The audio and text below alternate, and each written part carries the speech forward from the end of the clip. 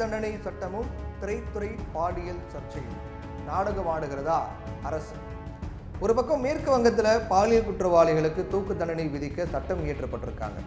இன்னொரு பக்கம் கேரளாவிலும் தமிழ்நாட்டையும் திரைத்துறையில் பலத்த சர்ச்சைகள்லாம் ஏற்பட்டிருக்கு. மேற்கு வங்கத்தில் பெண் மருத்துவர் ஒருத்தருக்கு பாலியல் பலாத்காரம் செய்யப்பட்டு கொடூரமாக கொலை செய்யப்பட்டிருக்காரு.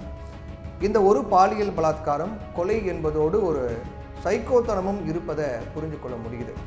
பாலியல் பலாத்காரம் என்பதே ஒரு சைக்கோத்தனம் தான், அதில் மாற்று கருத்து இல்லை. ஒரு ஆணும் பெண்ணும் மனமொத்து ஒருவரை ஒருவர் புரிந்து கொண்டு நாகரிகமான முறையில் இணைந்து வாழ்வது என்கிற புரிதல் இல்லாமல் பாலியல் மனநோயாளிகளாக மாறுகிறவர்களே இத்தகைய பலாத்கார செயலில் ஈடுபடுகிறாங்க அப்படிங்கிறது தான் மனவள நிபுணர்களுடைய கருத்தாக இருக்குது.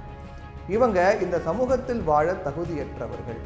அதனால தான் மேற்கு வங்க அரசு பாலியல் குற்றவாளிகளுக்கு தூக்கு தண்டனை விதித்து இந்த சமூகத்தில் இருந்தே அத்தகைய பைத்தியங்களை ஒழித்து விடணும் அப்படின்னு சட்டம் கொண்டு வந்திருக்காங்க மேற்கு வங்க அரசு. இந்த சட்டம் அவங்க மசோதா தாக்கல் பண்ணது வரவேற்கத்தக்கது தான்.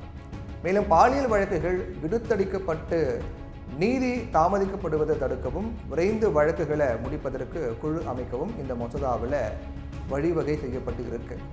இந்த மசோதாவை குடியரசுத் தலைவருடைய பரிந்துரைக்கு கவர்னர் அனுப்பி வைத்திருக்கார்.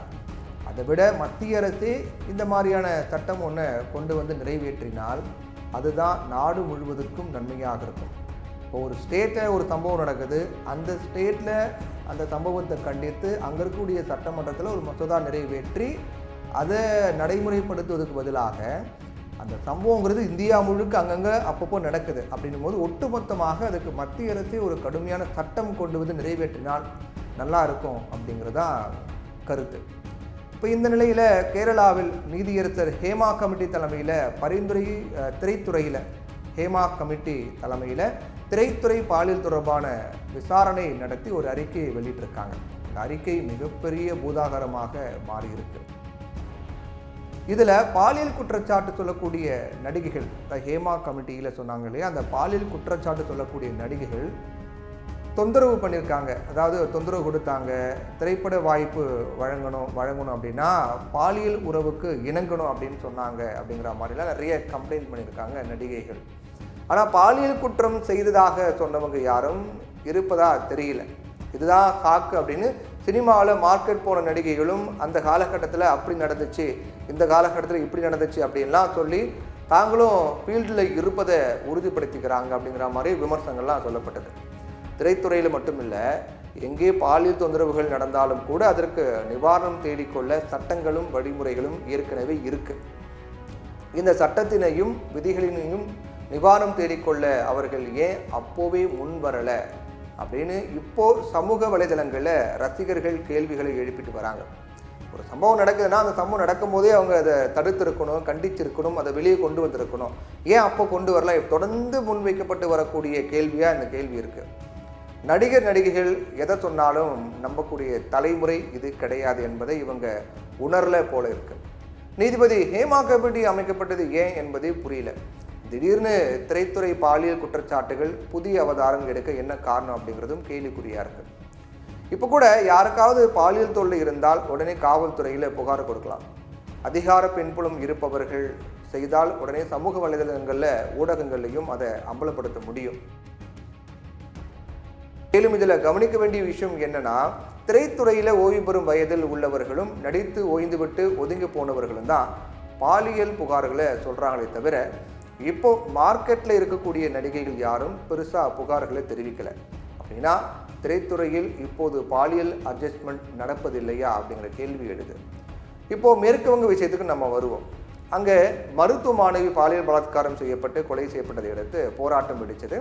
ஒரு கொலை நடந்தால்தான் பாலியல் பிரச்சனை பெரிதாக்கப்படுகிறது என்பது தான் நாம் பார்த்து வரோம். ஒரு பொண்ணுக்கு பாலியல் பலாத்காரம் பண்ணிட்டாங்கன்னா அந்த பொண்ணு இறந்தால் மட்டும்தான் இது பெரிய லெவலில் பேசப்படுறது தான் நம்ம கடந்த காலங்களில் பார்த்துக்கிட்டு இருக்கோம். அதனால் பாலியல் தொல்லை, கொலை போன்ற விஷயத்துக்காக மம்தா அரசு ஏற்றிருக்கக்கூடிய சட்டத்தில் வெறும் தூக்கு தண்டனை என்பது மட்டுமே கிடையாது. பலாத்காரம் செய்து பெண்ணை கொல்வது அல்லது கோமா நிலைக்கு தள்ளும் குற்றவாளிகளுக்கு மரண தண்டனை விதிக்கப்படும். அதே போல பாலியல் பலாத்காரம், கூட்டு பலாத்காரம் செய்யும் நபர்கள் மீதான குற்றங்கள் நிரூபிக்கப்பட்டால் ஆயுள் தண்டனை என்பது வழங்கப்படும்.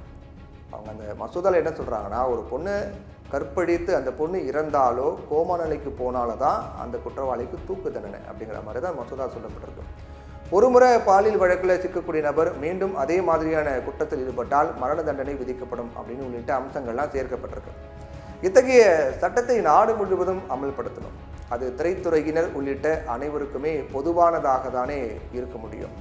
அதை விடுத்து ஒரு கமிட்டி அமைக்கிறேன் அப்படிங்கிறதும் உடனே பல்வேறு நபர்களும் பரபரப்பாக பேசி விளம்பரம் தேடிக்கொள்வதும் ஏதோ ஒரு பிரச்சனையில் இருந்து மக்களை திசை திருப்ப நடத்தப்படக்கூடிய நாடகமாக தான் இது தெரியுது. ஒரு சம்பவம் நடக்குதா உடனே போங்க, புகார் தெரிவிங்க, நடவடிக்கை எடுக்கலையா மீடியாவுக்கு வாங்க, ஊடகங்கள் சமூக ஊடகங்களில் போய் முடிய புகாரை தெரிவிங்க அப்படின்னா பெரிய அது பேச்சு பொருளாகவும் சர்ச்சையாக மாறி உங்களுக்கு ஆதரவான ஒரு தீர்வு கிடைக்க வாய்ப்பு இருக்குது. இது திடீர்னு இந்த கமிட்டி அமைக்கிறது, அதன் மூலமாக நடிகைகள் புகார் தெரிவிக்கிறது, இந்த கமிட்டி விசாரிக்கிறது, அவங்க மேலே நடவடிக்கை எடுப்பாலும் எடுக்க மாட்டாங்கன்னு தெரியல அப்படிங்கிற மாதிரிலாம் போயிட்டு இருக்கு. ஏதோ ஒரு செய்த திசை திருப்பதற்காக நடக்கிறதா அப்படிங்கிற கேள்வியும் முன்வைக்கப்படுது.